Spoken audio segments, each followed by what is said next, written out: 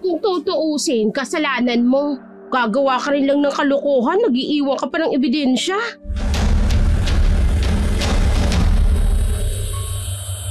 Hindi pwedeng magkatuluyan ng langit sa hampas lupa. Oo, naibabasura mo na ako.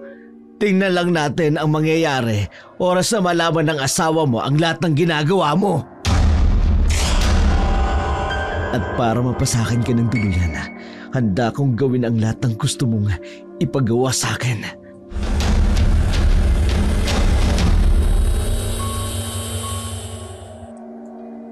Mapagpalang araw po sa inyong lahat. Ang kwentong tampok natin sa araw na ito ay iikot sa buhay ng isang taong maraming itinatagong lihim. Tawagin na lang natin sa pangalang Inday.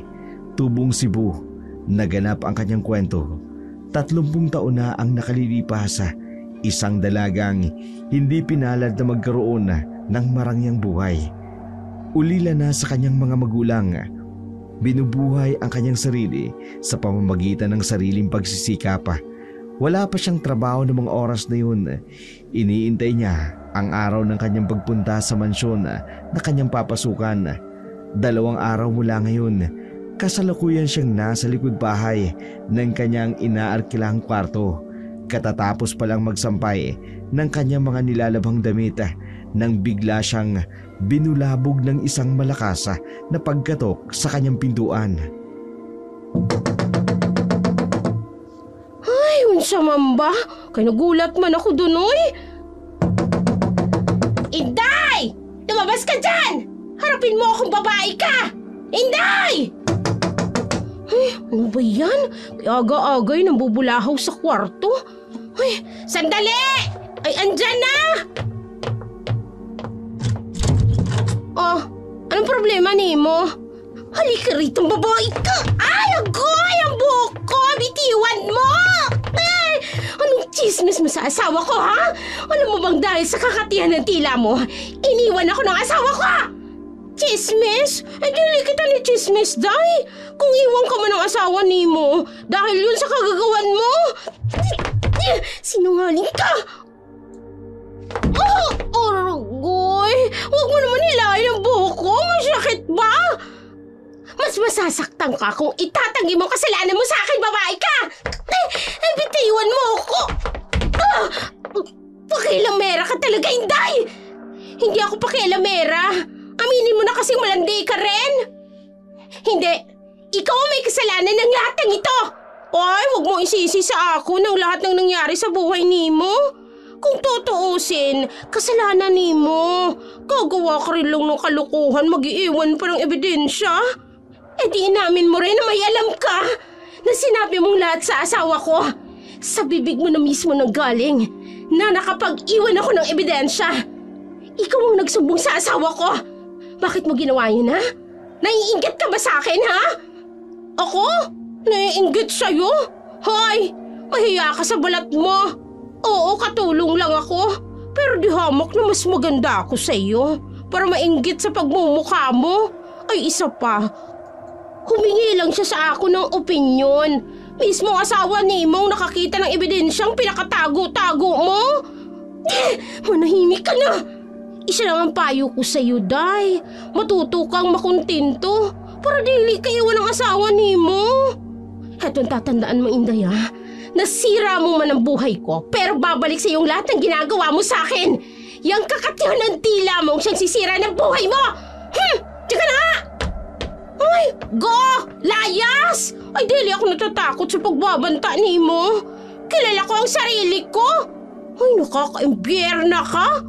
Kaya ganda-ganda ng araw ko tapos sisirain mo lang. Ay, naku.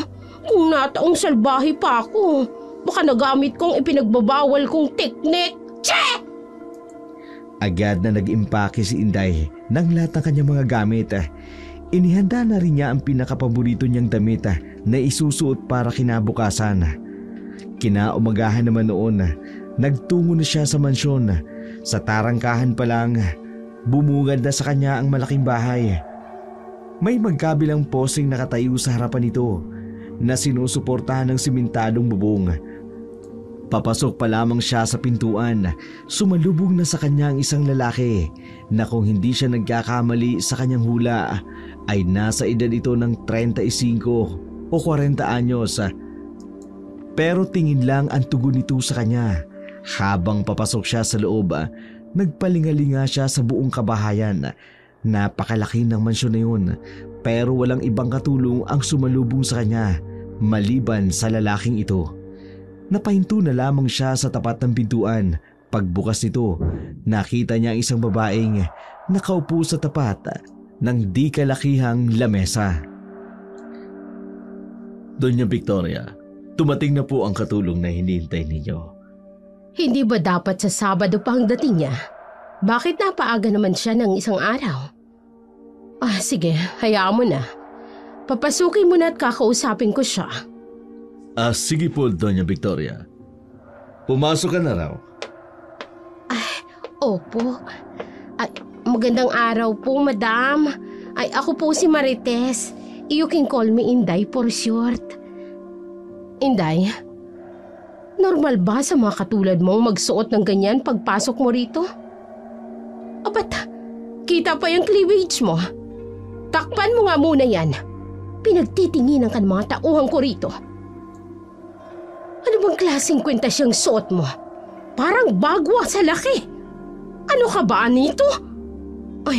Ma'am, ganyan lang po talaga ang pormahan ko. Kikay ba? Pasensya na po. Excited lang po talaga ako sa pagpunta rito. Kaya pala iwas ng tingin sa akin kanina yung mama dahil pala sa suot ko. At hindi ka marunong sumunod sa araw ng pinag-usapan. Bukas pa dapat ang dating mo. Paladesisyon ka. May naging problema kasi yung tinitirhan ko, madam. Kaya mas napaaga ako ng konti. Lalaki ang nag-interview sa akin noon. Pero bakit babae na ngayon ang kaharap ko? Bueno, kahit napaaga ka ng pasok mo dito, hindi ko idadagdag ang araw mo ngayon sa sasahurin mo. Ayos lang po, madam. Pabonus ko na lang po yun sa inyo. May pabonus ka pang nalalaman. Hindi mo ako madadala sa pagganyan-ganyan mo. Ayoko sa lahat ng sip-sip sa trabaho. Pasensya na po ulit, madam. Doña Victoria, yon ang gusto kong itawag mo sa akin. Opo, Doña Victoria. Sige, nandito ka na rin lang. Gusto kong ipaliwanag sa iyo ang pinaka-importanteng bagay na ipinapatupad ko sa pamamahay ko. Ayoko ng burara at madumi sa pamamahay. Opo. Hindi na rin kita kailangan pang utusan sa mga dapat gawin. Ang gusto ko ay may pagkukusa kang gawin ang lahat ng responsibilidad mo. Ayoko ng tatamad-tamad. Bawal ka rin magpakalat-kalat sa loob at sa paligid ng mansyon nang walang ginagawa. Trabaho ang impinunta mo rito. Kaya yon ang intindihin mo. Wala nang iba. Opo, madam. Masipag man po ako. Dapat lang. Ayokong masayang ang ibinabayad ko sa iyo. Bawal rin ang maingay at bawal tumanggap ng mga personal ninyong bisita rito. Hindi mo ito bahay bakasyonan. At higit sa lahat, ayoko ng pakialamera. Ang dami namang bawal, Nagkakaintindihan ba tayo? Oho, Doña Victoria. Pero, pwede ba akong magtanong? Kung tungkol sa pera yan, wag mo nang ituloy. Bawal ang CA rito. Trabaho muna bago pera. Mukhang nakatsimpo ako ng among kuripot. Matupobre pa. Anong binubulong-bulong mo riyan? Ang akala ko ba'y may itatanong ka pa? Madam, nasan po yung ibang makasamahan kong katulong? Parang wala akong nakikita. Isang katulong lang ang kailangan ko. Teka, hindi ka ba nakikinig sa mga sinabi ko kanina? Bawal ang maingay. Kaya ayokong may kasama kang iba. Bakit naman ako lang? Napakalaki ng bahay ninyo. Paano ko gagawin ang mag-isang lahat ng ito? Hindi ko na problema yan. Malaki naman ang sahod mo. Teka, ano bang pakialam mo? Pamamahay ko ito. Kaya gagawin ko ang lahat ng gusto ko. Wala kang karapatang magreklamo. Hindi naman po ako nagreklamo. Nagtatanong lang naman po ako, madam. Sapat naman na siguro ang lahat ng mga sinabi ko. Lumabas ka na ng opisina ko. Ipapahatid na kita sa silid mo para makapagsimula ka na ng trabaho mo. Opo, Doña Victoria. Renato, ikaw nang bahala kay Inday. Sinamahan siyang muli ng lalaking yun papunta sa kanyang silid. Tulad ng una, iwas pa rin ito ng tingin na para bang mailap ito na makipag-usap sa kanya. Pinigilan niya ang sariling usisain ang lalaki sa mga bagay na gusto niyang malaman. Naalala niya kasi ang mga sinabi ng kanyang bagong amo. Pagpasok niya sa kanyang silid, iniwanan siya nito ng walang pasabi. Nakapagbihis naman siya at nagtungo sa kusina. Inabutan niya ang hugasing. Hindi pa na isasalansan sa paminggalan. Ilalagay pa lang sana niya ito sa lalagyan ng plato nang biglang pumasok ng kusina si Doña Victoria. Ay, pala kang lumitaw. Ay, Diyos ko, mga plato. Anong ginawa mo? Doña Victoria, ay pasensya na. Nagulat po kasi ako sa pagpasok ninyo. Ako pa talagang sinisisi mo ha, Inday? Ay, dili ko sinasadya, madam. Kaya nadulas sa kamay ko ba? Alam mo ba kung magkano ang lahat ng yan? Ay, hindi po. Tonta! Isa kang tanga! Kulang pa ang sasahurin mo ngayong buwan. Pambayad yan sa mga nabasag mo. Wala kang kwenta. Dapat sa'yo tinatanggal na lang sa trabaho. Ay, madam, pakiusap. Wag naman po. Wag niyo naman po akong tanggalin. At ano? Sisirain mo ang lahat ng kagamitan ko? Ay, patawad na, madam. Kaya hindi ko naman po talaga sinasadya. Kung kinakailangang hulugan ko na lang po paunti-unti ang yung nabasag ko, babayaran ko po. Wag niyo lang po akong tanggalin, madam. Sige, ligpitin mo na ang lahat ng yan. Palalagpasin ko ang pagkakataong ito. Yang katangahan mo. Pero kapag maulit pa uli, hindi ako mangingiming tanggalin ka. Ay, opo. Ay, dili na po mauulit. Ay, maraming salamat po, madam. Pinag-igian na lamang ng gusto ni Inday ang kanyang trabaho. Iniwasang makagawa ng bagay na maaring maging dahilan ng kanyang mga pagkakamali. Isang gabi, matapos niyang gawin ang lahat ng gawain niya, napadako siya sa likurang bahagi ng mansyon. Doon ay nakatanim ang mga magagandang uri ng bulaklaka na pinaalagaan ni Doña Victoria. Namangha si Inday sa ganda ng hardin na yun. Nilapitan niya ang mga halaman. Akma niyang hahawakan ng isang bulaklaka nang makarinig siya ng paglapit ng yabag mula sa kanyang likuran. Huwag mo nga hawakan yan. Ay, kabayong lumitaw. Ay, manong naman. Kinakakagulat naman kayo. Binalaan lamang kita. Hindi kita ginulat. Ay, ano po ba kasing ginagawa niyo dyan? Bibigla-bigla na lang kayong lumilitaw sa likuran ko. Inday. Po? Renato na lang sanang itawag mo sa akin. Di naman nagkakalayo ang boses natin, di ba? Opo. Mukhang 30 ka rin naman. Pero akong dapat nagtatanong sa'yo nun. Tapos na ang oras ng trabaho mo pero nandito ka pa rin sa hardin. Ay, nagpapahangin lang po ako rito sa likod. Kaya lang napansin ko. Ay, magandang halaman rito sa hardin. Bumalik ka na sa loob. Pagagalitan ka na naman ni Doña Victoria. Ay, ilang araw na tayong nagkakasalubong rito sa loob ng mansyon. Pero ang suplado mo pa rin sa akin. Close ba tayo? Para maging mabait ako sa'yo? Pwede naman. Pero hindi. Gusto ko lang naman makipag-friendster ba sa'yo, Dong? Yung tayo-tayo na lang andirito. Tapos ganyan ka pa makipag-usap sa akin. Pangit ba ako? Kapalit-palit ba ako para tratuhin ng ganyan ba? Hindi naman. Sa bagay maganda siya. Bakit bigla kang natigilan? Maganda ako, hindi ba? Ay kung hindi, ikaw pa lamang ang kauna-unahang lalaki na magsasabing pangit ako. Ay, ganyan nga. Ay, kay umiti ka rin. Sayang naman yung gandang lalaki mo kung puro pagsusupladong gagawin mo. Ikaw talaga. Ang galing mo rin mambola. Ay, hindi bola yun. Kaya hindi naman ako mahilig mag-basketball ba. Ay, nako. Ay, kung nagkataon na ba'y pwedeng maging nobyo pa kita. Ay, joke lang. Tumigil ka na dyan. May makarinig sa yung iba eh. Yari tayo kay Doña Victoria. Ay, mayayari? Ay, advance ka naman masyado mag-isip. Nagkukwentuhan lang naman tayo.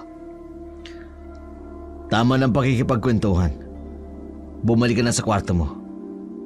Maaga ka pang gigising bukas. Ay, sige. Babalik na ako sa silid ko pero sa isang kondisyon. Ano naman yon? Hindi mo pa sinasabi sa akin ang pangalan mo. Mula nung dumating ako, baka pwede naman sabihin mo sa akin. Friendster na tayo. Sige. Ang kulit mo eh. Ren na lang. Renato ang pangalan ko. O ayan, sinabi ko na. Bumalik ka na sa kwarto mo. Ay, nice meeting you, Renato. Ren. Ren, salamat sa pakikipagkwentuhan. Sige na, layas na. Ang kulit mo eh. Mamimiss ko yung kakulitan mo kapag wala ako. At lalong kung lagi kang iiwas makipagkwentuhan sa akin. Kaya mamimiss kita ba? Ay, bye! Ay nako, oo na, sige na. Hindi magawang mapangiti ni Renato sa ginawang pakikipag-usap ni Inday sa kanya ng gabing yun. Kaya simula noon, sa tuwing nagkukrus ang kanilang mga landasa sa loob ng mansyon, tumatango na lamang siya rito. Kaparaanan ni Inday para makapag-usap sila sa pamamagitan ng ngitian. Isang hapon, naisipan ni Inday na magluto ng merienda nila. Maaga niyang tinapos ang kanyang mga gawain at inilaan niya ang oras niya sa pahinga para makipagkwentuhan kay Renato. Sa likuran ng hardin ng mansyon, nakangiting inilabas ni Inday ang isang mangkok ng nilagang kamote habang abala naman si Renato na nagtatanggal ng mga tumutubong damo sa paligid ng halaman. Renato, may dala akong merienda. Tara, mga unta. Ay kapoy, Day. Ay, Inday, anong ginagawa mo rito? Magme-merienda. Kasama ka. Ha? Inday? Oy, bago ka magreklamo, hintayin mo muna ako magpaliwanag. Kung iniisip mong tumakas ako sa trabaho ko, abay sorry ka. Tapos na lahat ng gawain ko. Kaya nga ako narito para kumain. At konsumihin yung break time ko ba nakasama ka para makapagmerienda. Ikaw talaga ang kulit mo, no? Hindi ko alam kung ano bang merong kata. Madali mo akong napasusunod sa'yo. Ay, ganda. Ganda lang talaga. Kay maganda ako sa paningin mo. Kahit maduling pa yung mga mata mo, hindi mo ako matatanggihan. Kay iwanan mo na yung halaman dyan at kumain na. Mauna ka na kumain. Mamaya na ako. Tatapusin ko pang maasikaso ang mga rosas ko. Ay, makakapag-antay naman ang rosas ko. Ay, yung rosas na yan. Pero yung sikmura mo ba? Ay, bahala ka dyan. Basta ako kakain. Kay gutom na ako. Hinay-hinay sa rosas, este sa pagkain. Huwag kang umastang patay gutom. Ay, kagandang patay gutom ko naman, Renato. Ano? Kay totoo, mahilig ka sa rosas ba? Bakit may naririnig akong nagtatawanan? At sa hardin ko pa talaga? Paalis na sana si Doña Victoria nang maagaw ang kanyang pansin. Nang iingay mula sa likod ng bahagi ng kanyang mansyon, napahinto ito at tahimik na pinagmasdan ang dalawa. Dito na nainis si Doña Victoria. Hindi pa man nagtatagal ang babaeng ito sa mansyon. Nagawa na nitong makipaglambutsingan sa iba. Pupuntahan pa sana niya ang dalawa pero napigilan siya nang marinig nitong tumunog ang relos nitong may alarm. Nangangahulugan lang na kinakailangan niya nang umalis para mapuntahan ang isang importanteng business meeting. Wala tuloy siyang nagawa kundi baliwalain na lamang ang namamagitan sa dalawa ng hapon na yun. Kinaumagahan. Renato, may gagawin ka ba? May ipag-uutos sana ako. Ano yun? Kunin mo sa address na ito ang mga bagong order kong bulaklak na ipapaalaga ko sa iyo. Mas gusto ko kasing ikaw mismo ang pumili ng pinakamagandang klase nito. Dahil alam kong kabisado mo ang bagay na yun tungkol dyan. Sige. Pwede kang magpatid sa driver ko para naman hindi ka mahirapan sa pagdadala rito sa bahay. Sige kung ayos lamang kay Pitel. Ibiniling ko na rin yan sa kanya. Siya nga pala. Mamaya pagdating mo, tumaan ka sa kwarto ko. Sige. May iba pa ba kayong ipag-uutos sa akin pagbalik ko? Wala na sana.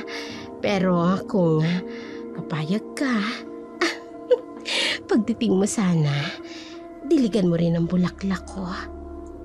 Ilang gabi na rin kasing nanunuyo. Ho?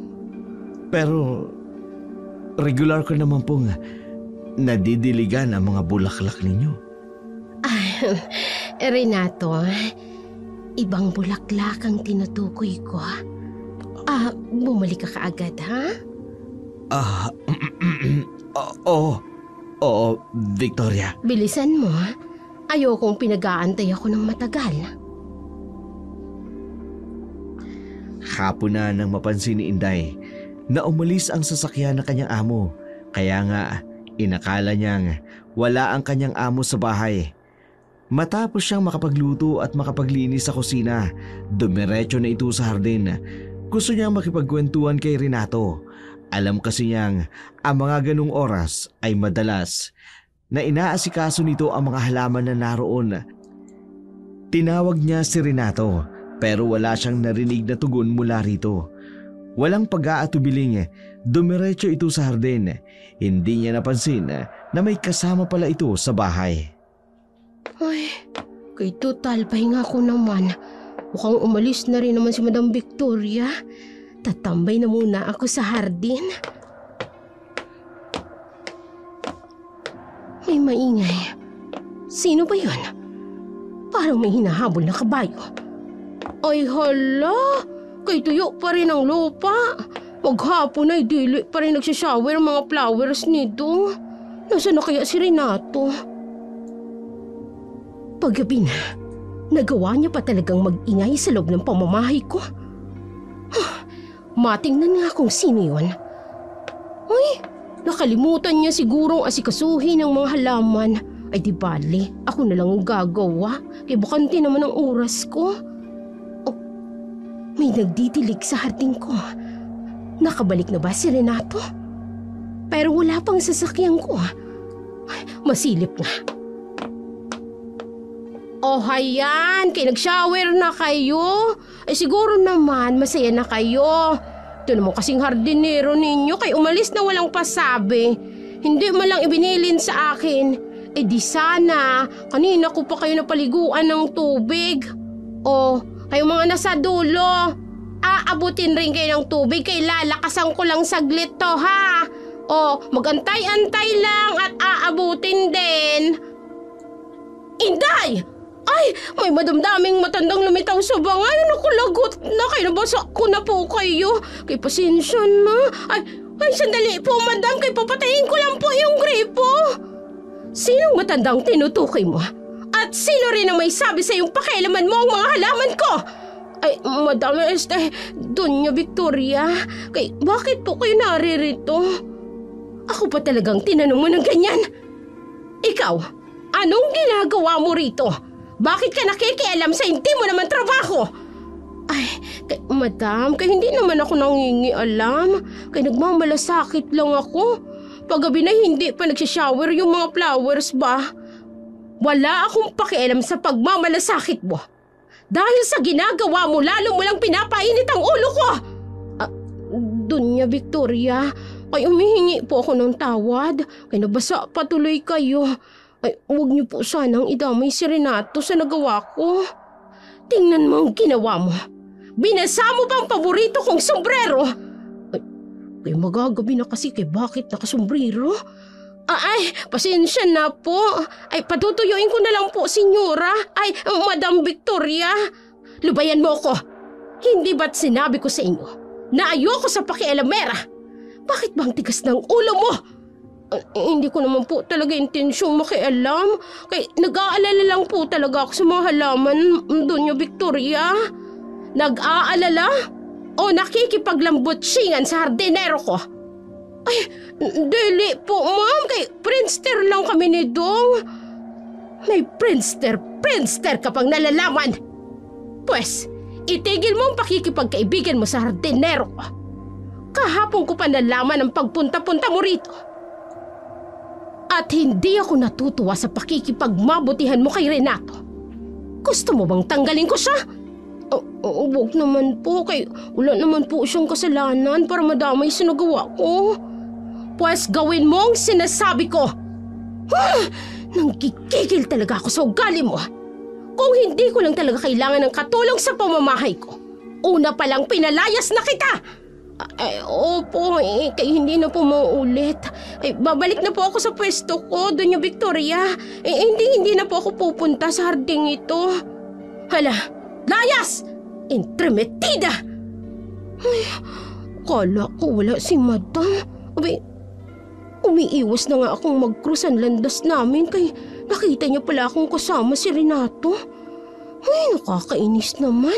Pati pakikipag-usap sa katrabaho ko, bawal rin. Ano ba ako rito? Kay robot lang? Bawal makihalubilo sa ibang tao? Nagkulong na lamang si Inday sa kanyang silid matapos ang insidente yun kay Doña Victoria. Pagdating ni Renato sa mansyon, agad nitong dinala sa hardin ang mga halamang nabili niya. Napansin niyang nagkalat ang hose nung una. Nagtaka ito kung bakit naabutan niyang hindi nakaayos ang kanyang mga gamit. Pero nang napansin niyang basa ang paligid, dito niya nakumpirmang diniligan pala ang halaman habang wala siya. Dumiretso na siya sa opisina ni Doña Victoria at kitang-kita sa mukha nito ang pagkairita. Tumayo ito at sinalubong siya sa kanyang pagpasok.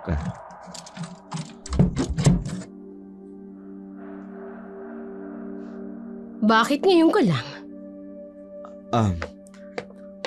Pasensya na po, Doña Victoria. May naging konting problema lang pong dinaanan Hindi ba't namin. sabi ko sa'yo, bumalik ka kaagad? Teka lang ho, maghunos dili po kayo. Masyado pong magkalapit na ang mga mukha natin. May atraso ka pa sa'kin. Pinaghintay mo na nga ako ng matagal. Pinakialaman pa ng katulong na yun ng mga halaman ko. Tapos mas lalo pa akong naiinis kapag naaalala kong nakikipaglambutsingan ka sa Inday na yun. Si Inday? Oo.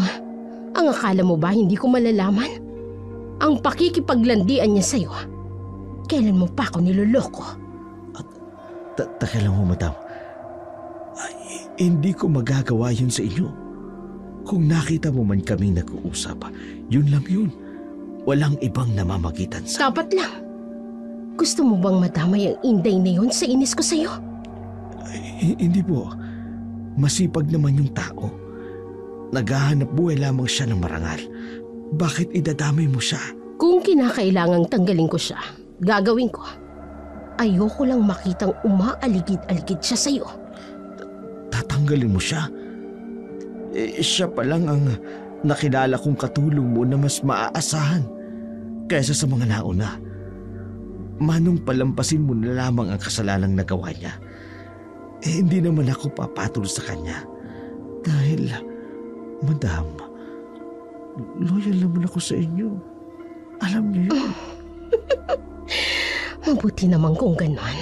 May kailangan ka pa ba? Pupuntahan ko ng hardin Aayusin ko yung mga halaman. Hindi ba pwedeng bulaklak ka muna ang asikasuhin mo? Bagong hardin ko sa baba. Madam mo. Hindi pa ho ako nakakapagbihis. Amoy pawis pa ako. Ayos lang yan. Mabango ka pa rin naman. Sadyang nanunuyot na talaga ang bulaklak ko.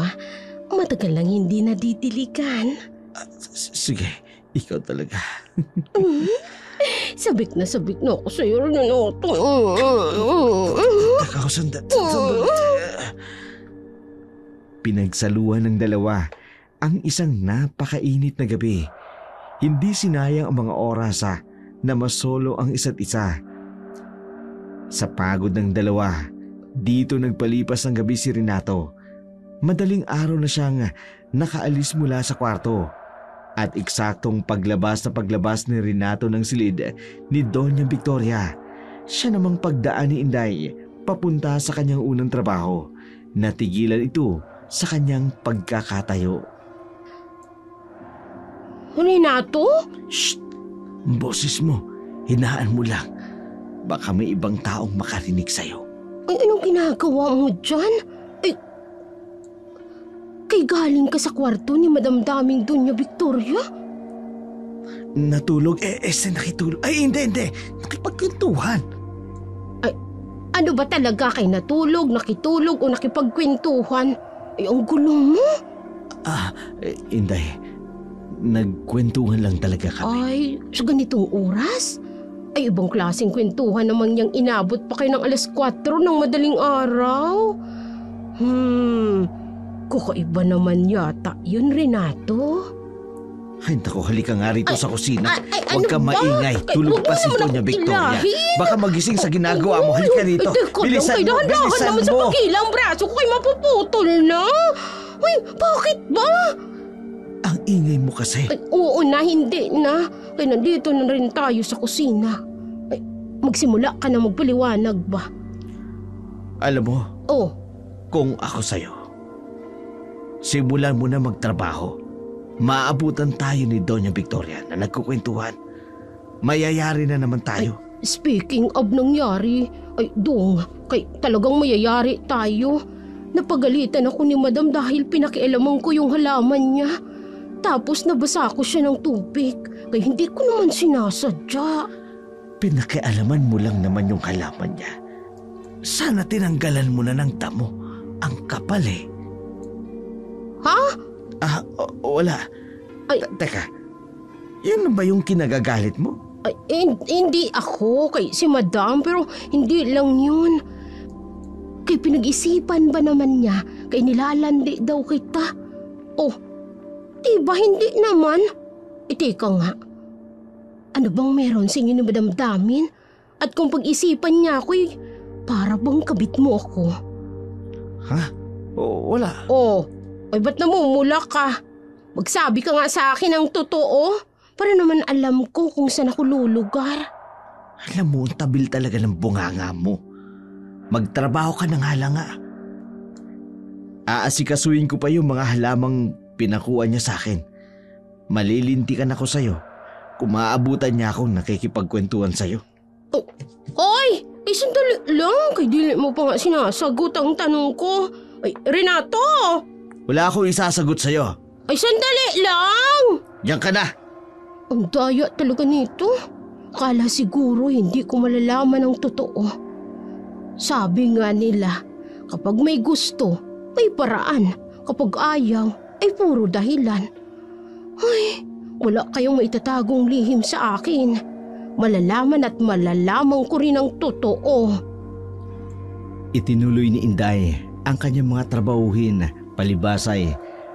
Huling araw na ng linggo kaya naobligan na siya na labhan ang mga damit ni Doña Victoria. Nasa laundry room siya. Inihihiwalay ang mga dikolor sa puting mga damit nang makita niya ang isang panlalaking gamit. Hindi makapaniwala si Inday sa kanyang nakita. Isang brand ng mamahaling brief na kulay itim ang kanyang nakuha. Hinawakan niya ito ng kanyang 2 daliri. Nagtaka siya kung paano nagkaroon ng brief sa mga labahing damit ni Doña Victoria. Akma sanang ibabalik ang brief sa basket nang biglang lumitaw sa kanyang harapan si Renato. Ay, nako! Uy, ano ka ba? Bakit bigla ka nagulat? Wala. Kay ko nga kasi. Anong itinatago mo dyan? Ay, wala. Ay, panyo ko. Taka, maglalaba ka ba? Oo. Kay, bakit ka nga pala nandirito? Wala naman, napadaan lang. Teka, bawal ba akong pumunta rito? Hindi naman sa ganon, Renato. Kaya lang. Bakit ba? Ano bang nangyayari sa'yo at bakit pa utal-utal ka? Nakita ka ba ng nuno? Siya lang naman ang huling nakita kong nanggaling sa kwarto ni Donya. Kaya malamang sa kanya yun. Hoy, bakit ganyan ka kung makatingin sa akin? Para mo na akong hubaran sa titig mo ha. May problema ka ba? Sasabihin ko ba sa kanya o hindi? Inday, ano ba? Ay, bahala na nga. Dong, sa'yo ba ang... At anong ginagawa niyong dalawa rito sa laundry? Uy, paktay na. Doña Victoria, mali po kayo ng iniisip. Nagkasabay lang po kami pagpunta namin dito. Ay, opo, madam. Totoo pong sinasabi ni Renato. Naglalaba lang po ako, madam. Naglalaba o nakikipaglandian. Renato, nalingat lang ako saglit. Dito pa kayo nag-uusap ng katulong ko. Iniinis mo ba talaga ako, Inday? Kung anong kati ng bibig mo, siya rin kati ng pagkatao mo. Tapusin mo na ang labada ko. Ayokong mabulok ang mamahaling kong damit. Opo, kay maglalaban na po, ma'am. Kalma lang ho, Doña Victoria. Ang mabuti pa, isama ko kayo doon sa artel para makita ninyo ang nakuha ko mga bagong halaman. Mabuti pa nga rin, Renato. Kahapon ko pa gustong makita yon. Kakainis. Hindi ko malang nasilip ng maayos ang bewang ni Renato. Kung ang brand ng brief na suot niya ay parehas ng brief na nakita ko. Ay, I smell something fishy sa dalawang ito. Sumapit ang gabi. Tahimik ang buong paligid.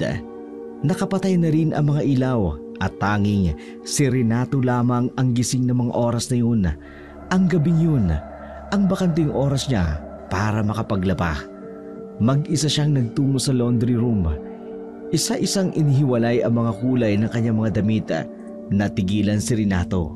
Pakiramdam kasi niya, may dalawang paris na mga mata ang nagmamatsyag sa lahat ng kanyang ginagawa. Binaliwala na lamang niya ang pakiramdam na yun. Hindi kasi siya naniniwala sa kahit anumang kababalaghan. Pero dumaloy ang kilabot sa kanyang katawan nang may maaninag siyang anino sa di kalayuan. Huminto siya saglit. Hinihintay ang susunod na pagkilos ng aninong kanyang nararamdaman. Nakakikilabot ang mga kaluskos at ang yabag na kanyang narinig, dahilan para mas lalo siyang kabahan. Akma na sana siyang aalis sa kanyang kinatatayuan nang biglang Sinday yun sa kusina. Inday! Anong nangyari? Ay, tingnan mo, Dong. Kay dugo. Ang daming dugo sa kusina tapos ang baho. Saan kaya galing yun? Saan nga ba? Ay, ano bang malay ko? Kay nakita ko lang na nakakalat yan dyan. Ay, kalilinis ko lang ng frigidaire. Yung amoy parang bulok. Hindi pang karaniwan. Bakit niya pinakialaman ang mga pinamalengke kong mga lamang loob? Ito ba talaga yung mga kinalat niya? Ay, ikaw ang namili ng mga yan? Ay, bakit di mo inayos ang pagkakalagay sa freezer? Inayos ko yan. Ang problema may nangialam. Diba ang sabi mo naglinis ka? So ibig sabihin, nakita mong maayos ang pagkakalagay ng mga pinamili ko. Oo na, sabi mo eh. Ay naku, mapupuyat na naman ako nito. Ay, may kakaiba talaga akong nararamdaman sa bahay na ito. Ay. Bigla kong nakalimutan ang naramdaman kong kilabot kanina dahil sa sigaw ni Inday. Yun kaya ang may kakagawan ng lahat ng kalat na ito. Pero bakit? Tatigilan ka na riyan, Renato. Ay naku, sa sobrang kaba ko. Ngayon ko lang napansin. Ay nakahubad ka pala ng pang-itaas. Ay mag-t-shirt ka nga. Ang turi ni Barbel ay napakatayog dong. Sandali. Nakalimutan ko sa laundry room ang t-shirt ko. Ikaw kasi, bigla ka na lamang tumili. Linisin mo na yan. Baka mapagalitan ka naman ni Doña Victoria kapag naabutan niya ang bukas. Mauna na ako. Maglalaba pa ako eh. Ay, may choice ba ako? Oo na, kay lilinisin na. Ang matandang yun talaga. Kung hindi ko lang alam ang totoong edad, abay mapagkakamalan ko pang jowa ni Madam. Ang ganda ng katawan. Ay teka, ang tatak ng brief na suot niya, hindi ko pa rin nakita. Ay sayang, di bali. Pupuntahan ko naman siya sa laundry room. Ay baka doon ko na makumpirma kung kanino talaga yung brief na yun na nakuha ko.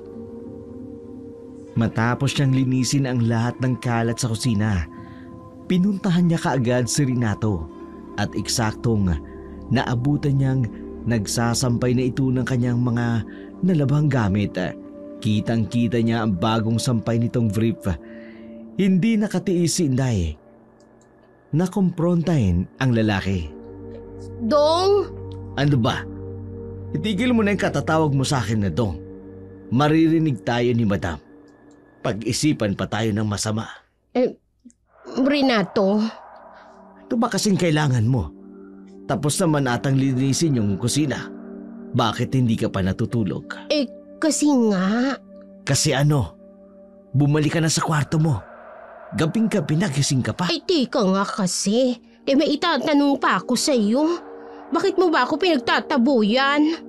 Dahil ayokong pag-isipan tayo ng hindi maganda ni Doña Victoria. Ay, ako talaga nakakahalata sa inyong dalawa.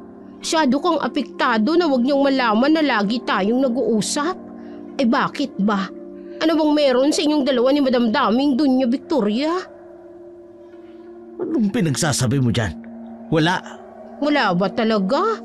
Kapag may ipinakita ba ako sa'yo, magpapaliwanag ka na sa akin? Ipapakitang ano? O itong brief? Saan galing yan? Tsaka kanino yan? Ha? Ibig mong sabihin hindi ito sa'yo? Oo naman. Tingnan mo ang sampay ko. Kaparehas ba yan ang hawak mo? Hala? Kanino ito? Wala naman rito ang asawa ni Doña Victoria. Kaya paano magkakaroon ng ganito sa labahin niya? Sa labahin ni Doña Victoria? Ay oo. Mukhang bago pa't kahuhubad lang. Paano mo nalaman kahuhubad lang? Ikaw talagang babae ka. Huwag mong sabihin inamoy mo pa yan. Hindi naman. Vibes ko lang ba? Just kim babae ka. Puro kakalukuhan. Hala, matulog ka na. Kung ano man ang nalaman mo sa gabing ito, kalimutan mo na.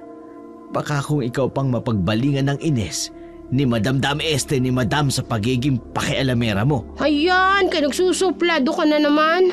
Tinatanong lang naman kita eh. Bigla ka na namang nagalit sa akin. Bahala ka nga riyan, kaya matulog na ako. Oh, ito na ang brief. Ayoko nang hawakan pa yan, baka kung pag-isipan pa ako ni Doña Victoria na pinagpapantasyang kung bagay na yan. Akin na, ako na bahala rito. Oh, ay sige na, kay good night na sa'yo Renato. Good night.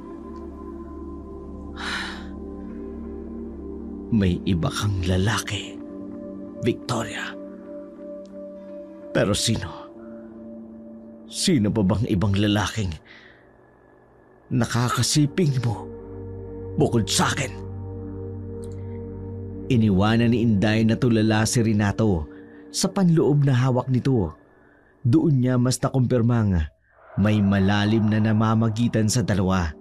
Bumalik na siya sa kanyang silid para magpahinga, habang si Renato naman hindi makatulog sa kanyang nalaman.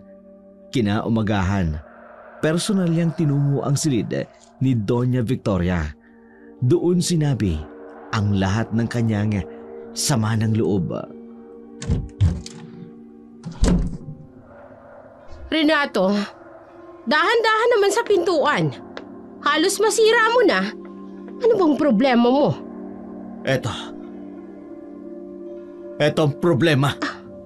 Nagpapatawa ka ba? Anong problema sa vrip mong yan? Anong problema? Kanino ito? Malamang sa'yo. Hawak mo, hindi ba? Huwag na nga tayong maglokohan. Sinong ibang lalaking nagmamay-ari nito? Hindi ito sa akin. Oh. Huh? Anong hindi sa'yo? Paano napunta sa'yo yan? Kanino nga ba yan? Ay, naloko na. Nakuha ito ni Inday sa mga labahin mo noong isang araw. At tinanong niya sa akin kung sa akin raw ba to. Lalo't nakita niya akong naggaling rito sa silid mo. Ang katulong niyan. Anong sinabi mo? Wala. Wala naman, hindi ba? Tumigil ka na nga sa pagdadrama mo. Vrip lang yan. Kung makapag-emote ka dyan, talo mo pa ang asawang niloko. Oo, tama ka. Isa lang akong kasangkapan mo para madiligan ang mga bulaklak mo na natutuyo na nauuhaw mong laman. Pero kailangan mo pa rin sagutin sa akin kung kanino nga ba ito. Renato, kumalma ka muna. Kung ano-ano kasing iniisip mo, pwede bang pag-usapan na lang natin ito sa ibang mga araw? Bakit sa ibang araw pa? Bakit hindi ka na lang umamin? May iba kang lalaki bukod sa akin. Lalaki? Oo. Lalaki, Victoria. Sa ilang taong pagtatrabaho ko rito, ngayon lang ako nagselos ng ganito. Nagselos? Nagsiselos ka? Nagpapatawa ka ba, Renato? Anong karapatan mo para magselos? Asawa ba kita? Hindi legal ang relasyon nating dalawa. Victoria. Kung ako sa'yo, atupagin mo muna ang trabaho mo. Yang vrip na yan, naligaw lang yan sa labahin ko. Kaya itigil mo ang kaiisip mo ng kung ano-ano. Sige na, trabaho na! Hindi nakatakas sa matalas ang pandinig at pakiramdam ni Inday ang malakas na kumusyong namamagitan kay Renato at Doña Victoria ng umagang yun. Kaya nga, nakaabang si Inday sa ibaba ng hagdanan at inaabangan si Renato sa kanyang pagbaba mula sa silid. Kitang-kita niya ang malungkot nitong muka at ang masama nitong loob. Kaya paglapit nito sa kanyang kinatatayuan, agad niya itong binati. Magandang umaga! Ano maganda sa umaga? Renato naman, kay aga-aga nasambakol na yung mukha mo. Manong umiti ka muna, pumapangit ka tuloy. Day, wala akong ganang makipagbiruan sa'yo. Ang mabuti pa asikasuhin mo muna yung mga trabaho mo bago ka makipagkwentuhan. Ay, FYI lang, Renato. Maaga akong nagtrabaho. Halos patapos na rin ako sa lahat. Ikaw nga lang itong wala pang nagagawa. Huwag mo akong pakikialaman. Tatrabaho na ako. Oy, diba? Tama nga ang hinala ko. Merong ngang namamagitan sa inyong dalawa ni Doña Victoria. Ay tatanggi pa. Nahuli naman na rin kita. Oo na. Inaamin ko na. Kami ni Doña Victoria. Ano? Masaya ka na ba sa nalaman mo? Masaya kay nakangiti ba ako? Hindi naman ha. Nag-aalala lang naman ako sa iyo. Kasi ikaw rin ang kawawa. May asawang tao si Doña madamdamin. Pero nagawa mo pa rin pumatol sa kanya. Paano mo nagawa yun? Pumatong na? Ano ba? Wala naman talaga akong balak na makipagmabutihan sa kanya. Hindi ko lang talaga mapigilan na mahulog ang loob ko sa kanya. Napakalaga na sa akin ng pabigyang ito. Lalong-lalo na kay Don Jeronimo. Kaya nga, Renato, bago ka magmaktol dyan, kumalma ka muna. Kung gusto mong tutulungan kitang malaman kung sinong ibang lalaki ni Madam, pero hindi para maligtas ang namamagitan sa inyo, kundi para maitamang ginagawa ni Doña Victoria. Ngayon lang ako sasang-ayon sa mga sinabi mo. Pumapayag ako. Handa kong tanggapin ang lahat. Malaman ko lamang ang totoo. Minatyagang maigi ni Inday ang bawat kilos ni Doña Victoria. Nung una, hindi siya makatsyempo sa kahit anong kakaibang ikinikilos nito.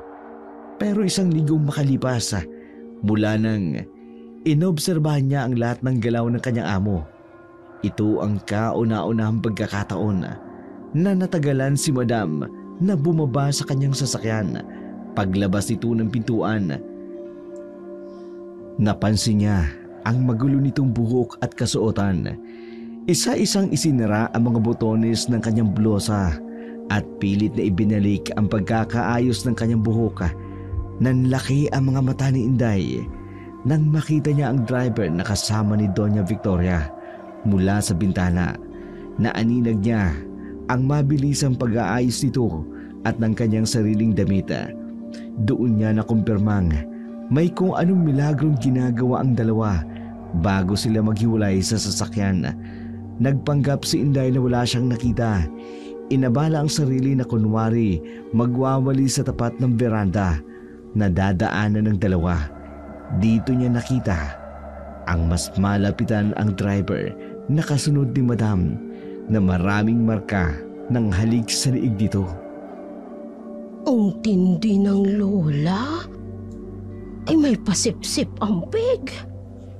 Inday, ang tagal mo namang magwalis dyan. Hindi kikintab yan sa kakawalis mo. Gamitan mo kaya ng mop yan. Opo, Doña Victoria, pasensya na po. Inihintay ko lang po kayong makadaan bago ko po imap yung sahig. Fidel, ano ba? Huwag kang ang babagal-bagal riyan. Sumunod ka sa akin. Sandali lang. May kukunin lang ako sa kwarto ko. Basa kasi ng pawis ang damit ko. Ayos lang yan. Tatanggalin mo rin naman yan mamaya. Kaya hindi mo na kailangang magpalit pa.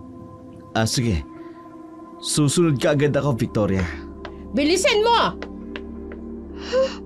Victoria? Gaano sila ka-close para tawagin siya nito sa pangalan lang? Miss, bakit ganyan ka ako makatingin? May dumi ba ako sa mukha? May itsura nga ang lalaking ito. Kaya nga siguro nahook agad si Tanta. Inday ang pangalan mo, di ba? Oo. Ikaw naman si Fidel, yung driver na si Lover. Totoo nga ang sabi ng amo mo. Madaldal ka at pakialamera. Kung ako sa'yo, tapusin mo yung ginagawa mo. Tulala ka lang dyan. Bakit? Ngayon ka lang ba nakakita ng kasing gwapo ko? Ako tulala? Ay, hindi Tingnan mo nga sarili mo sa salamin para malaman mo. Diyan ka na nga. Hinihintay na ako ni Victoria. Umokong na yun? Kay dinaanan niya lahat ng pagpapakyut niya. Kala mo namang kugwapuhan. Bakit, hindi ba? Renato, bigla naman kayong sumusulpot. Kanina pa kayo diyan? Oo. Ibig sabihin, narinig at nakita ni mo ang lahat? Hindi. Bakit? Ano bang meron? Ay, mabuti na lang. Nahuli siya ng dating. Kung nagkataon nakita niyang landian ng dalawa mula pa sa sasakyan hanggang sa pagsunod ng lalaking yun sa silid ng dunya. Pero yung mata nung Fidel parang kakaiba sa kanya. Biglang sumama ang kutob ko dun, Nay. Hindi ka na kumibo dyan. May dapat ba akong makita? Kung ano yun, siguro dapat akong matauhan. Bahala na siya sa buhay niya. Ay hala, na-heartbroken na siya. Ano ba yan? Bakit ba pakiramdam ko Ako ang mas naiipit sa kanila. Katulong lang naman ako rito. Hindi naman ako love guru para mamagitan sa love triangle na ito. Nakapag-desisyon na ako, Inday. Tatapusin ko lang ang namamagitan sa amin. At tungkol naman sa sinasabi mong hindi ko nakita, siguro nga may tamang pagkakataon para tapusin ang kahibangan nila. Tara na sa hardin. May pagkain akong inihanda para sa ating dalawa. Nagpatuloy ang pakikipagrelasyon ni Fidel kay Doña Victoria. Dito mas nahumaling ng gusto si Doña Victoria sa kakaibang karenyo ng hatid sa kanya ng driver na si Fidel. Lalong-lalo na pagdating sa kama. May mga pagkakataon rin na nagtataka siya dahil sa tuwing nakakasama niya si Fidel, naiiwan lagi ang maitim at mapupulang marka nito sa iba't ibang bahagi ng kanyang katawan na labis siya namang kinahuhumalingan at nagugustuhan. Oh, Fidel, ibang klase ka talaga. Bakit naman?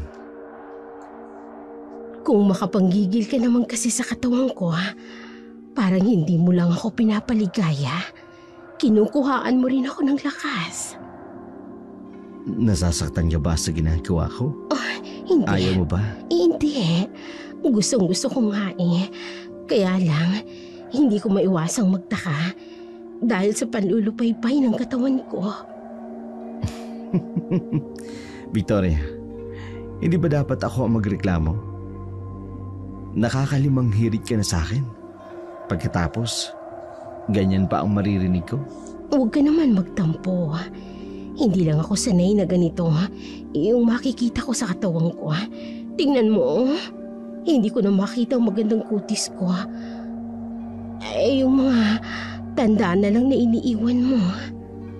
Pasensya ka na. Hindi ko lang kasi maiwasan na ang panggigigil ko sa'yo. Sana hindi niya malata ang tunay kong ginagawa. Tara na sa kusina. Hanap tayo ng makakain.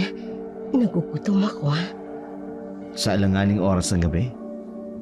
Ano bang gusto mo? Gusto ko ng karne. Yung fresh. Marunong ka bang magluto? Ayos lang bang kumilos ako sa kusina ng ganitong oras ng gabi? Baka kung magising natin ang tiyamay mo at ang ex mong matanda na. Chimay at ex.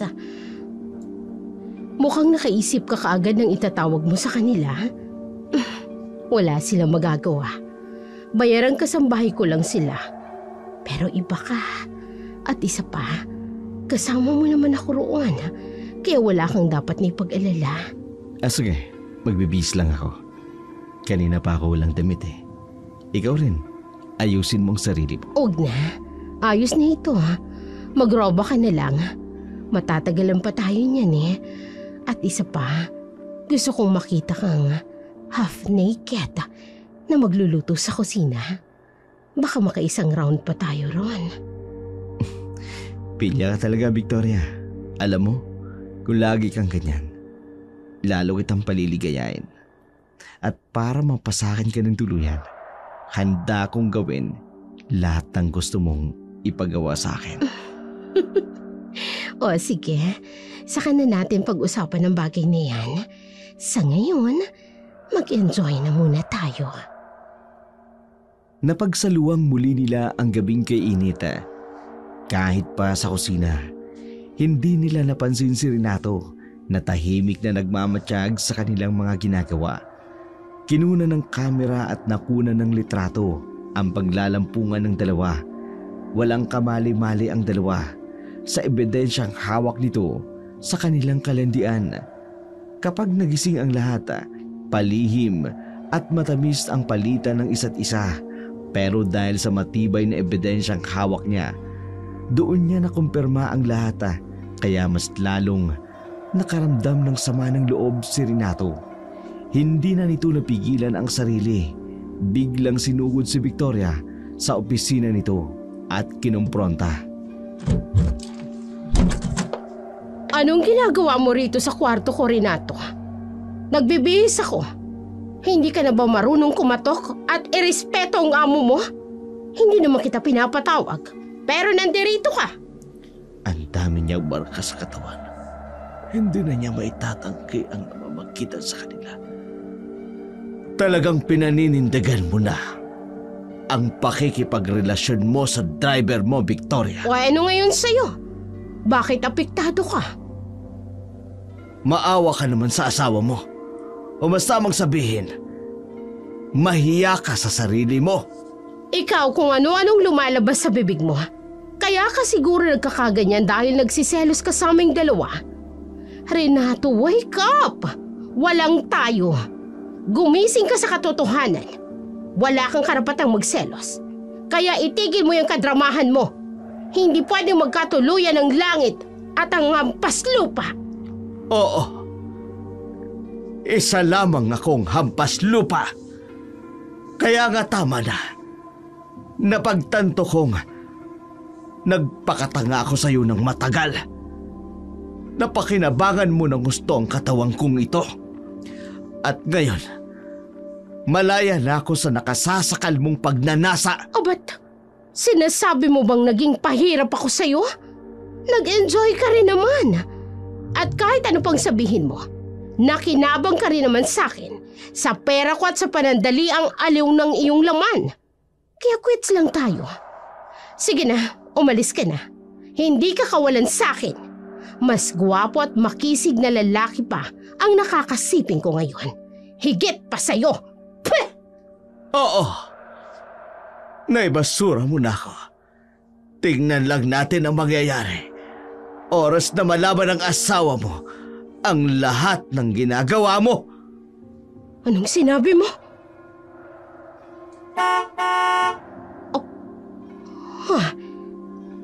Sino yun? Sasakyan. Kilala ko ang busena na yon. Nagulantang ang lahat sa pagdating ng isang sasakyan sa tapat ng mansyon. Malakas ang pagbusina nito sa tarangkahan. Agad na bumaba si Renato. Binuksan ang gate. Si Fidel bigla ring napasugod palabas.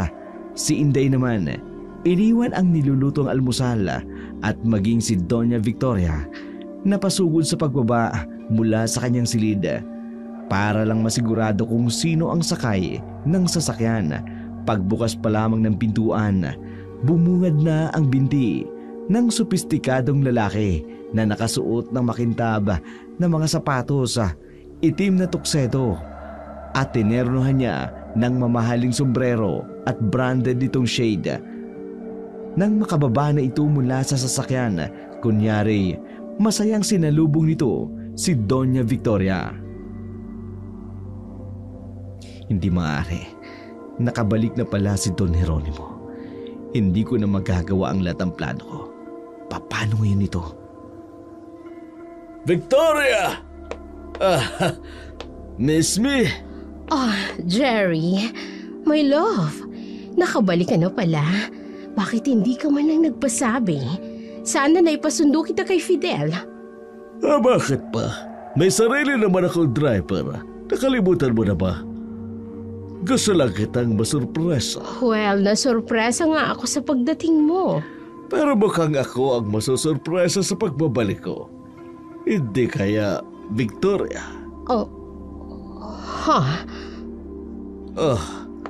Renato, kumusta rito sa mansyon? Don Jeronimo, well-organized po at tahimik ang lahat. As expected ko of you, Renato. Alam mo naman kung kanino ako nagtitiwala. Lahat ng nandito sa mansyon. Teka lang, kulang tayo. Nasaan si Fidel? Baka nasa kwarto pa niya o di kaya nililinisan ang aking sasakyan. At ang hardmaid na nakuha ko, nasaan? Inday!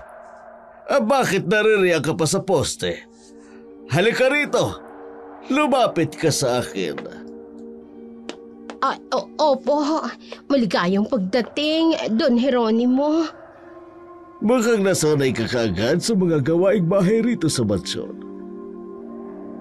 Nahihiya ang katawan mo. Well, I think everything here is fine. Magpapahinga lamang ako saglit at mamaya, i-check ko ang bawat sulok ng bahay ko. Pati na rin ang mga negosyo ko. Kilala niya ang katulong. Kailan pa?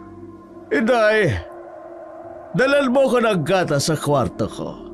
Doon ko iinumin bago ako matulog. Opo!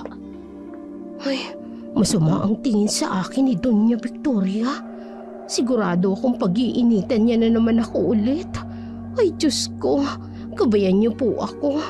Ginagawa ko lang naman ang trabaho ko. Ayokong madamay sa gulo ng pamilyang ito. Hindi na mapanatag ang loob ni Fidel sa biglang pagbabalik ni Don Jeronimo, maging si Doña Victoria, na alarma sa mga nangyari.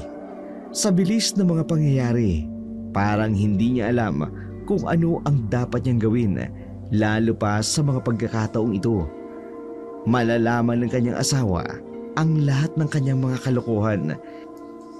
Hindi na siya nagsayang pa ng oras, sumunod ito kay Don Jeronimo at kinausap ang asawa. Jeronimo, pwede ba tayong mag-usap? Hindi mo ba narinig ang sinabi ko kanina? Gusto ko muna magpahinga saglit. Baka pwedeng ipagpabukas na lamang natin yan. Marami akong gustong malaman. Hindi ba pwede ngayon na? Ay, sige. Siguraduhin mong importante yan, ha? Ano ba yun? Kailan mo pa kilala ang katulong na si Inday? Victoria! Gusto mo kong pigilan sa aking pamamahinga? Para lamang itanong sa akin na bakit na yan? You're again being unreasonable. Sagutin mo na lang kasi ang tanong ko.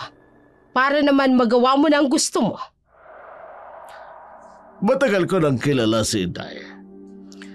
Dahil bago mo pa man siya kunin, nakatulong ay dumaan muna siya sa akin. Lahat ng mga aplikante mo, I've screened them beforehand na maipakilala sa'yo ng agency. You dirty old man! Manyak! Ulitin mo nga ang sinabi mo, Victoria. Ano yung itinawag mo sa akin? Ang sabi ko, isa kang manyak. Isang matandang mahilig sa bata. Narinig mo ba ang sinasabi mo, Victoria? Ako? Ako ba talaga ang nagawa mong tawaging manyak? Ikaw, gaano ka ba kalinis para pagsalitaan mo ko ng ganyan? Kilalang kilala kita, Jeronimo. Kaya huwag mong sabihin hindi mo alam ang dahilan ng pagkakaganito ko sa'yo. Victoria! Pagod ako. Gusto ko ng konting peace of mind kahit saglit lang. Papagpahingain mo muna ako. Kung gusto mo ng away, mamaya na. Kung gusto mong matulog, patulugin mo muna ako. Pakiusap ko sa'yo. Basta't binabalaan kita. Kung ano man ang masamang balitang masasagap mo, huwag mo agad paniniwalaan. Lalong-lalo na kung galing sa makating dila ng katulong mong yan. Sir, ang gatas po ninyo, dala ko na. Speaking of katulong, bukas ang pinto. Ipasok mo na yan rito. Iritang-irita na talaga ako sa babaeng to. Sinisira niya talagang araw ko. At ikaw naman, mahal kong asawa, iwanan mo muna ako. Kailangan kong magpahinga. Nakakainis! Heto na pong inumin ninyo, Don Jeronimo. Ilapit mo sa akin. Oh, Victoria, lalabas ka na, di ba? Pakisara lang pinto pagkalabas mo. Oo na, puwiset. At pinaiwan niyo ba talaga ang Inday na yun sa kwarto niya? Ano ba talagang meron sa kanilang dalawa? Puwiset. Buwiset talaga! Itay, hilutin mo ang likod ko. Lalong nainis si Doña Victoria sa mga kakaibang ikinikilos ng kanyang asawa. Para bang sinasadya nitong asarin siya sa pagpapaiwan nito kay Inday sa kwarto nito. Lalo tuloy siyang nabahala oras na malaman ni Don Jeronimo ang lahat ng kanyang mga naging kalokohan. Siguradong magtatapos ang maliligayang araw niya. Agad na nagtungo si Victoria sa likod na bahagi ng mansyon. Pinuntahan si Fidel, parang batang nagmamaktol na naglalakad. Napansin ni Renato ang kakaibang ikinikilos ni Victoria, kaya nga sinundan niya ito at nagmanman sa dalawa. Sumilip siya sa maliit na siwang ng bintana ng kwarto na kanilang kinalalagyan. Victoria, bakit ka naririto? Gusto mo bang mapahamak tayo pareho? Fidel, hindi ko na gusto ang mga nangyayari. Pakiramdam ko, may hindi magandang binabalak sa akin ang asawa ko. Kumalma ka nga muna. O lalo kang matataranta. Hindi tayo makakaisip ng magandang plano para sa problemang sinasabi mo. May nabanggit ka sa akin noon na handa kang gawin ang lahat para sa akin. Sabihin mo, ano ba yun? Hindi ko makakayang mawala sa akin ang karangyaan ng buhay na meron ako ngayon. Gawin mo ang lahat para mawala sa landas ko ang lahat ng hahadlang sa kaligayahan ko. Kahit pa ang asawa ko o ang mga walang kwentang katulong rito sa pamamahay ko. Sigurado ka, Victoria? Wala kang pagsisisihan? Sigurado na ako at desididong-desidido kung yun lang ang natatanging paraan para maangking ko ang lahat ng nararapat bilang isang Mrs. Jeronimo Peñaflor. Papayag ako sa kung ano man ang gagawin mo. Kung ganun.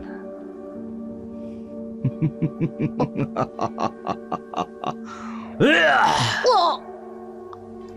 Kitang-kita ni Renato ang biglang pagsakmal ni Fidel sa katawan ni Victoria. Agad niyang binusalan ang bibig nito ng kanyang mga kamay para hindi makapaglika ng kahit anumang tunog ang kanyang naging reaksyon. Mabilisan ang kanyang pagkilos. Agad na tumalilis paalis sa tabi ng kwartong yun. Wala nang ibang umandar sa utak niya kundi balaan si Don Jeronimo, maging si Inday.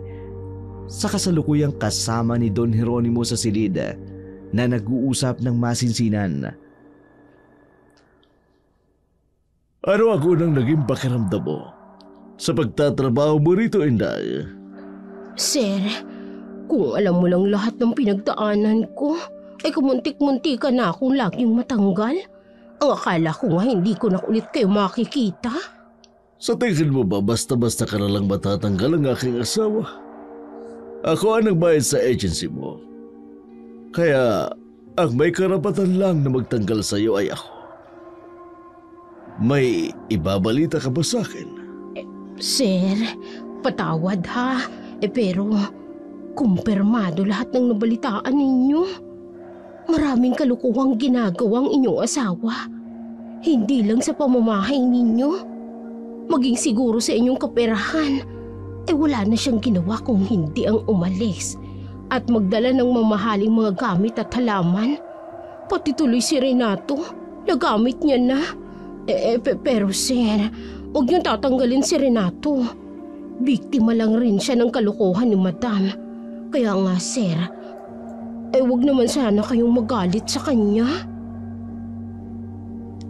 Si Renato? Uy, ano ba ito? Mukhang nadulas pa ata ako. Sasabihin ko pa ba sa kanya ang bagay na yun? Baka naman kumapahamak siya sa pagsusumbong ko. Inday, ano nga si Renato? Anong ibig mong sabihin? Sir, kun kasi si Renato. Inday, Don Jeronimo! Si Renato kumakatok. Ano bang problema ng taong ito? Tahimik tayo nag-uusap rito. Bigla-bigla na lamang kumakatok. May gera ba? Ay bakit ba, Renato? Bigla kang napasukan. Anong problema? Patawad po sa pang-aabala. May nakita po kasi akong nakatatakot. Kailangan nating tumakas.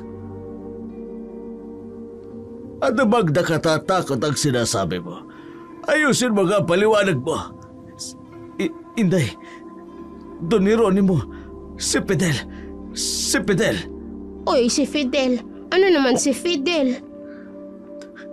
Nakita ko si Fidel. Ay, ano ba, Renato? Kay kumalma ka nga muna. Hindi niya may paliwanag ng maayos ang gusto niyong sabihin. Ay, natataranta ka ay. Humiga ka ng malalim, Renato. Wala tayong habulan. Delikado po ang buhay nating lahat. Kumilos na tayo. Baka tayo nang isusunod niya. Ay, Renato, kalma lang. Ano bang pinagsasabi mo? Sinaktan ni Fidel si Doña Victoria. Anong sabi mo? Paano? Duguan si Doña Victoria. Day, ang asawa ko. Puntahan natin ang asawa ko. Opo, sir. At anong kaguluhan nito, Jeronimo? Renato? Doña Victoria, buhay ka. Pinagluloko mo ba kami, Renato? Ay, ang asawa ko. Anong sinabi mong sinaktan siya? Pinag-uusapan niyo ba ako ng hindi ko alam? Nandirito na ako. Pwede akong makinig. Napaupo sa kanyang kinatatayuan si Renato. Hindi niya maipaliwanag ang kahihiyan at ang kaba na kanyang nararamdaman, lalo na nang makita niyang maayos ang lagay ni Doña Victoria. Pero naramdaman ang kakaiba ni Inday. Maging ang kakaibang amoy na taglay nito ang biglang pumukaw sa kanyang interes. Lumapit siya sa kinaroroonan ni Don Jeronimo. Sinenyasan ni Mang Renato at tumahimik kung tama ba ang kutob niya. Maaari silang mapahamak sa mga oras na yun. Magsabi ka ng totoo. Sino ka? Hindi ikaw si Doña Victoria? Chimay, anong pinagsasasabi mo? Ako ito. Boses, katawan, huwag mong lituhin ang asawa ko. Wala kang pruweba. Hindi pa ako tinawag ng ganyan ng amo ko. Hindi rin ako kukutuban ng ganito kasama. At lalong hindi pa ako nakaamoy na ganyang kasangsang si Madam, maliban sa iyo. Kahangahangang kasambahay. Oo, kasambahay lang ako, pero hindi ako basta-basta. Alam kong kumilatis ng nilalang na katulad mo. Uy, lumabas na nga ang tunay niyang boses. Ikaw si Fidel, hindi ba? Naguguluhan ako sa mga pinag-uusapan ninyo. Bakit mo siya tinatanong na ganyan? Hindi ko maintindihan. Renato, ano ito? Sinabi ko na po sa inyo ang totoo, pero hindi kayo naniniwala. Si Fidel yung driver natin. Kitang-kita kong sinakban niya ang liig ng asawa ninyo. Mag-iingat kayo. Hindi nga siya si Doña Victoria. Kung hindi siya ang asawa ko, nasaan siya? Diyos ko, makapatay na si Doña Victoria. Hindi ako naniniwala hanggat hindi ko nakikita ang kanyang bangkay. Gusto niyong patunayan ang sinasabi ko? Oh, hetong salamin. Tingnan ninyo. Tigil! Huwag na huwag kang kikilo sa mga bagay na ikapapahamak ninyo. Sige, ilapit niyo sa akin yan. Mas lalo ninyong makikita ang bangungot ng buhay niyo. Diyos ko, tulungan niyo kami. Nanlilisik ang mga mata niya sa amin. Magaling ka, Inday. Hindi pala kita dapat binaliwala. Kaya pala gano'n na lamang ang nararamdaman kong pagkailang na makita ka. Dahil may itinatago kang kakayahan tulad nito. Yang tapang at abilidad mo ang pwede kong mapakinabangan. Ano kayang pwede kong gawin sa'yo? Manahimik ka! Hindi ako magpapasakop sa'yo! Renato, humanap ka ng kahit anong armas na magagamit natin. Punyal o kahit anong bagay na may itatarak natin mismo sa puso niya. Tapos buhusan mo ng suka, bawang o di kaya asin. Yun lang sapat na. Pero paano? Di ako makakatsyempong tumakas. Basta, kapag may pagkakataon, kumilos ka. Patuloy ko lang siyang lalansiin para hindi kanya mapansin. Sige, susubukan ko. Halimaw ka! Ibalik mo sa akin ang asawa ko! Isa kang oportunista! Lalong nainis si Fidel sa mga sinabing yun ni Don Jeronimo. Bigla itong lumapit sa kanya, hinawakan ang leeg. Nagulat si Mang Renato nang makitang hawak na nito ang kanyang amo. Imbis na tumulong ay napatakbo na lamang ito sa takot. Si Inday biglang nabuwal rin, para bang bigla siya nitong itinulak nang hindi niya namamalayan. Nagpakampante siya nang bigla na lang itong umatake. Ikaw ang oportunista! Bitiwan mo ko! Don Jeronimo! Ay, buwisit. Hindi ko malang napansin. Ang bilis ng kilos niya. Ginusto niya yon, Don Jeronimo. Isa nga siyang balbal. Ibabalik ko lang ang pabor na gusto niya. Madali akong kausap. Isa pa, ikaw rin naman talaga ang pakay ko. Kumbaga, 2 birds in 1 stone. Ako ang papatay sa lalaking humahad lang sa kaligayahan niya. Ang maipagiganti ko rin sa wakas ang ginawa mo sa kapatid ko! Ay, bitiwan mo siya! Anong... likod ko? Kapatid? Sino kapatid? Don Jeronimo, anong sinasabi niya? Paano kung nasangkot rito? Hindi ko kilala si Fidel.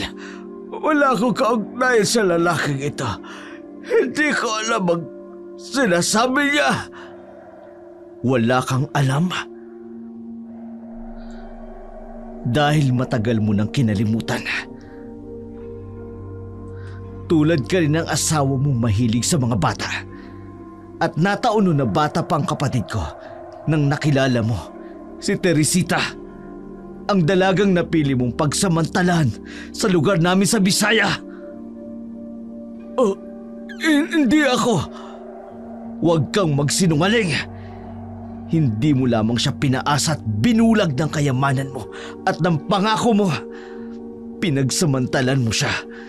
Kinahasa mo ang sarili kong kapatid. At nang malaman niyang nagdadalang tao siya, itinakwil mo. Binaliwala mo ang kanyang pakiusap na tanggapin ang bata. Sa sobrang kahihiyan at kalungkutan, kinuha niya ang sarili niyang buhay. Kasama ang sanggol na nasa kanyang sinapupunan at kami na kanyang pamilya. Iniwan niyang may matinding paghihinagpis! Totoo ba ang lahat ng ito, Don Jeronimo? Matagal na yan. Nagbago na ako ngayon. Nagbago? Kaya pala mahilig ka rin sa mga Bisayang katulong. At ngayon, pati si Inday, balak mong isama sa mga listahan ng magiging biktima mo. Wala kang awa, Don Jeronimo. Dahil sa ginawa mo, nawasak ang pamilya ko. Nawala ang kapatid ko. Maging ang pamangkin ko. At ngayon, makakatikim ka sa akin ng parehong sakit. Oo, inaamig ko ang naging kasalanan ko noon. Pero matagal ko nang gustong ihingi ng tawad yon kay Teresita. Walang araw na hindi ako nalalanging magkita kaming muli at magkausap. Pero dahil sa bigla akong pagpapakasal kay Victoria, hindi na ako muling nakabalik pa sa inyong lugar. Patawarin mo ko, Fidel, at sa lahat ng nagawa ko sa inyo. Inday, patawad. Hindi ko gustong madamay ka. Pero totoo ang sadya ko. Nagpatulog ako para sa iyo. Para malaman ko ang lahat ng kalokohan ng asawa ko. Yun lang yun. Sinungaling! Tama na. Wala na rin katuturan ng galit mo. Napatay mo na ang asawa niya. Kulang pa ba ang buhay niya para sa paghihiganti mo? Kulang pa. Dahil matapos lang ito, kung mismong buhay ng lalaking ito ang makukuha ko, at mamamatay sa kamao ko! Ay, wag! Ay, Diyos ko, tulungan niyo po kami! Ikaw ang dapat mamatay! Ay, kailangan ko siyang ilayo. Ay, Don Jeronimo! Tanggapin mo! Sinong sumaksak sa akin? Ay, Renato! Ayos lang po ba kayo? Nasaktan po ba kayo? Hindi. Ayos ka lang ba? Munti ka na kita magip. Hindi ko malang napansin ang pagkilos ni Renato. Ang puso ko ang talagang pinunteriya niya. Sinunod ko lang ang sinabi ni Inday. Gusto pa naming mabuhay, kaya kailangang unahan ka namin. Fidel, tapos na ang lahat. Wala ka na rin magagawa pa. Ayos lang. Nakabawi na rin naman ako ng isa sa mahalagang tao sa buhay ni Don Jeronimo. Kaya mamatay man ako, naipag-iganti ko ng kapatid ko. Ang asawa kong Manyakes. Ang asawa kong Makate. Wala lang asawa ko. Patawad. Nalaman niyo na ang lahat ng nagawa niyang kasalanan. Huli na rin ang lahat. Siya na mismong nagkanulo sa sarili niyang kamatayan, Don Jeronimo. Patawarin niyo po ako, Don Jeronimo. Maging ako man din, naging kasangkapan ng iyong asawa habang wala kayo. Pinagsisisihan ko po ang lahat ng ginawa ko. Ayusin at linisin mo lang natin ang gulong itinulot sa atin ng Fidel na ito. Kasabay na rin ang paglimot sa lahat ng nakatatakot na pangyayaring ito sa pamamahay ko. Opo, Don Jeronimo. At gagawin ko ang lahat ng paraan para wag tayong madiin sa lahat sa isyong ito. Ayokong masira ang reputasyon ng lahat ng negosyo ko. Gumamit si Don Jeronimo ng kanyang kayamanan para mapagtakpan ang masamang nangyari sa kanyang tahanan. Hindi niya na ninais pang maungkat ng ibang tao ang tunay na dahilan ng pagkamatay ng kanyang asawa. Pinalabas na lamang nila na pinasok ang kanilang tahanan ng isang inside job robbery. At itinuro nilang sospek ang driver nitong si Fidel na bigla na lamang nawala matapos nitong patayin si Doña Victoria. Maging sila Renato at Inday tumayong testigo sa krimen para lang hindi nagaanong ungkatin pa ng mga pulis ang mga naiwang ebidensya sa kanilang kabahayan. Lumipas pa ang ilang buwan, isang desisyon ang ginawa ni Don Jeronimo para tuluyang makalimot sa nakaraan sa kanyang namayapang asawa. Renato, ilang araw mo lang ngayon, kailangan mo nang iligpit ang iilan sa mga mahalagang gamit ko rito sa bahay. Bakit po? Naibenta ko ng mansyon. Agad-agad, Don Jeronimo. Pero paano po ang ilan sa mga ari-arian ninyo ni Madam? Isinama ko ng ebidenta buong bahay. Sayang naman ho ng latang ito. Hindi nyo man lang ba naisip ang lahat ng mga alaalang naiwan sa tahanang ito? Sa tingin mo ba worth it pa na i-cherish ang lahat ng yun, Renato? Mas maraming masasamang alaala akong naiisip rito kesa sa masasayang alaala naming dalawa.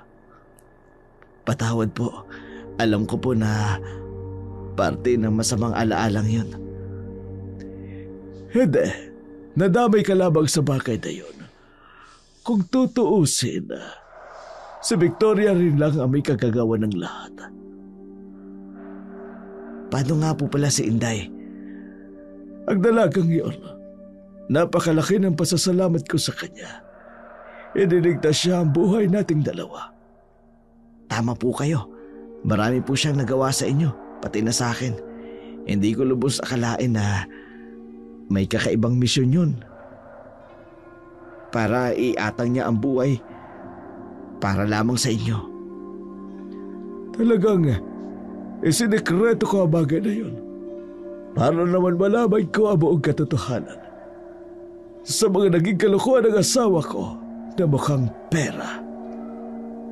Kung hindi niya ako pinilit na magpakasal, ang napag-asawa ko sana ay ang kapatid ni Fidel. Pasensya na po uli, Don Jeronimo. Ay nako, huwag na natin pag-usapan ang asawa ko. Eto, tanggapin mo. Ano po ito? Ano ba sa tingin mo? Pera ho? Oo, pera. Bonus sa lahat ng taong paninilbihan mo sa akin. Ibig niyo hong sabihin, tinatanggal niyo ako sa trabaho? Don Jeronimo, sa ilang taon ko pong paninilbihan sa inyo, alam niyo po kung gaano kalaki ang utang na loob ko sa inyo.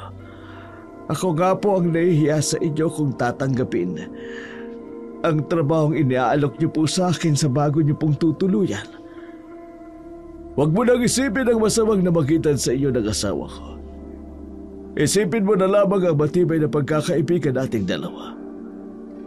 Don Jeronimo, salamat. Maraming salamat sa lahat. Pinagsisisihan ko na po talaga ang naging pagkakamali ko. Renato, ikaw pa ba? Matalik kitang kaibigan. Hindi kita magagawang ipagpalit. Kung ako nagawa mong ipagpalit sa malandi ko at makati kong asawa.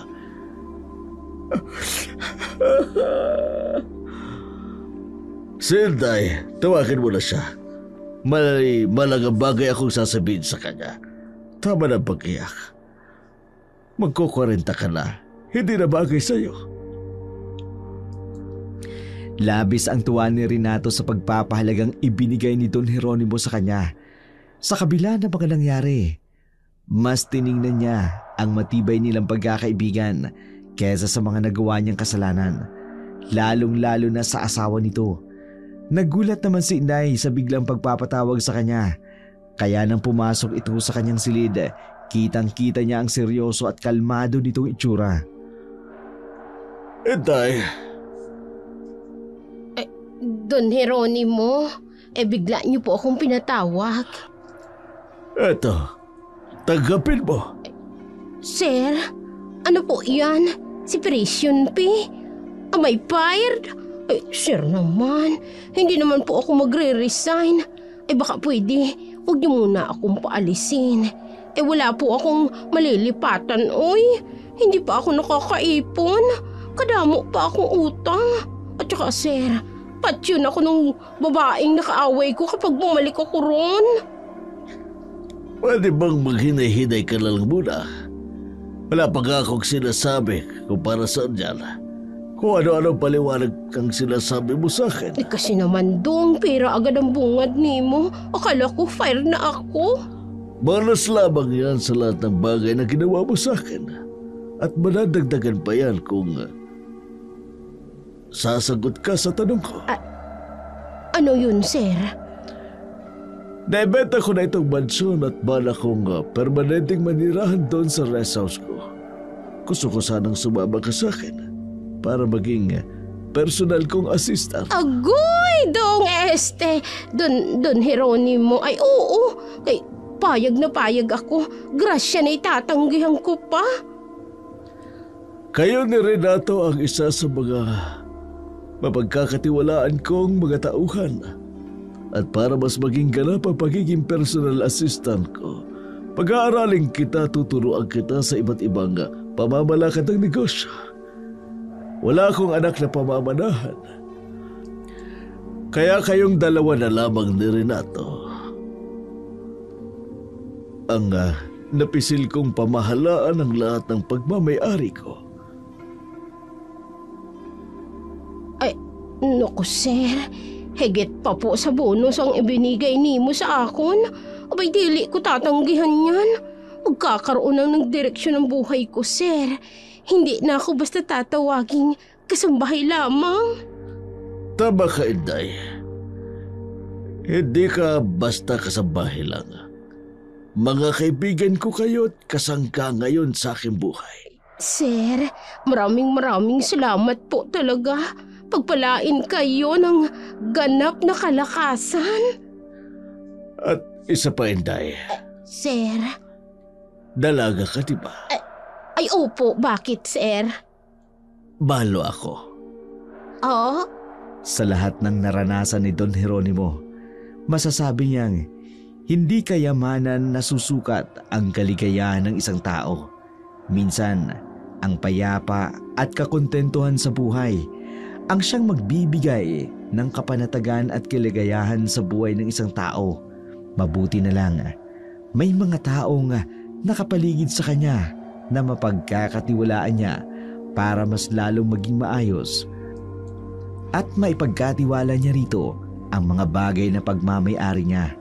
At sa pamamagitan naman ng pagiging makating dila ni Inday, nagkaroon ng linaw ang lahat ng kanyang mga alinlangan. Hinusgahan man siya ng ibang tao at nabigyan ng linaw naman ang lahat ng kanyang mga problema. Laking pasasalamat niya dahil may matatawag na siyang tapat na tauhan.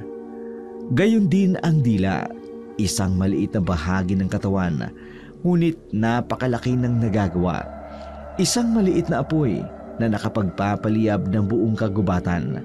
Ang dila ay tulad ng apoy, isang daigdig ng kasamaan. Magsilbing araw nawa sana sa lahat ang ating kwento. Mas makabubuting maging maingat sa paggamit ng mga pananalita dahil ang mga salita o ekspresyon sa Tagalog na mayroong positibo at negatibong aspeto depende sa paggamit o di kaya naman maaari nitong baguhin ang pananaw sa sasabihin o di kaya sa mga kinaharap nating sitwasyon. Gamitin sa tama ang lahat ng abilidad na meron ka. Huwag gamitin sa mali pagkat aanihin ng tao ang mga bagay na kanyang nagawa sa kapwa o mismong sa iyong sarili. Makatiman ang dila ni Inday pero nagamit din sa pagsisiwalat ng katotohanan. Maraming salamat po sa inyong lahat na aming mga masugid na taga-subaybay. Ang buong pwersa po ng Oragon Creator at ng Dark Shadow 101 ay buong pusong nagpapasalamat sa aming 100,000 subscribers. Kami po ay buong pusong nagpapasalamat sa inyo sa inyong walang sawang pagtangkilik at pagsubaybay.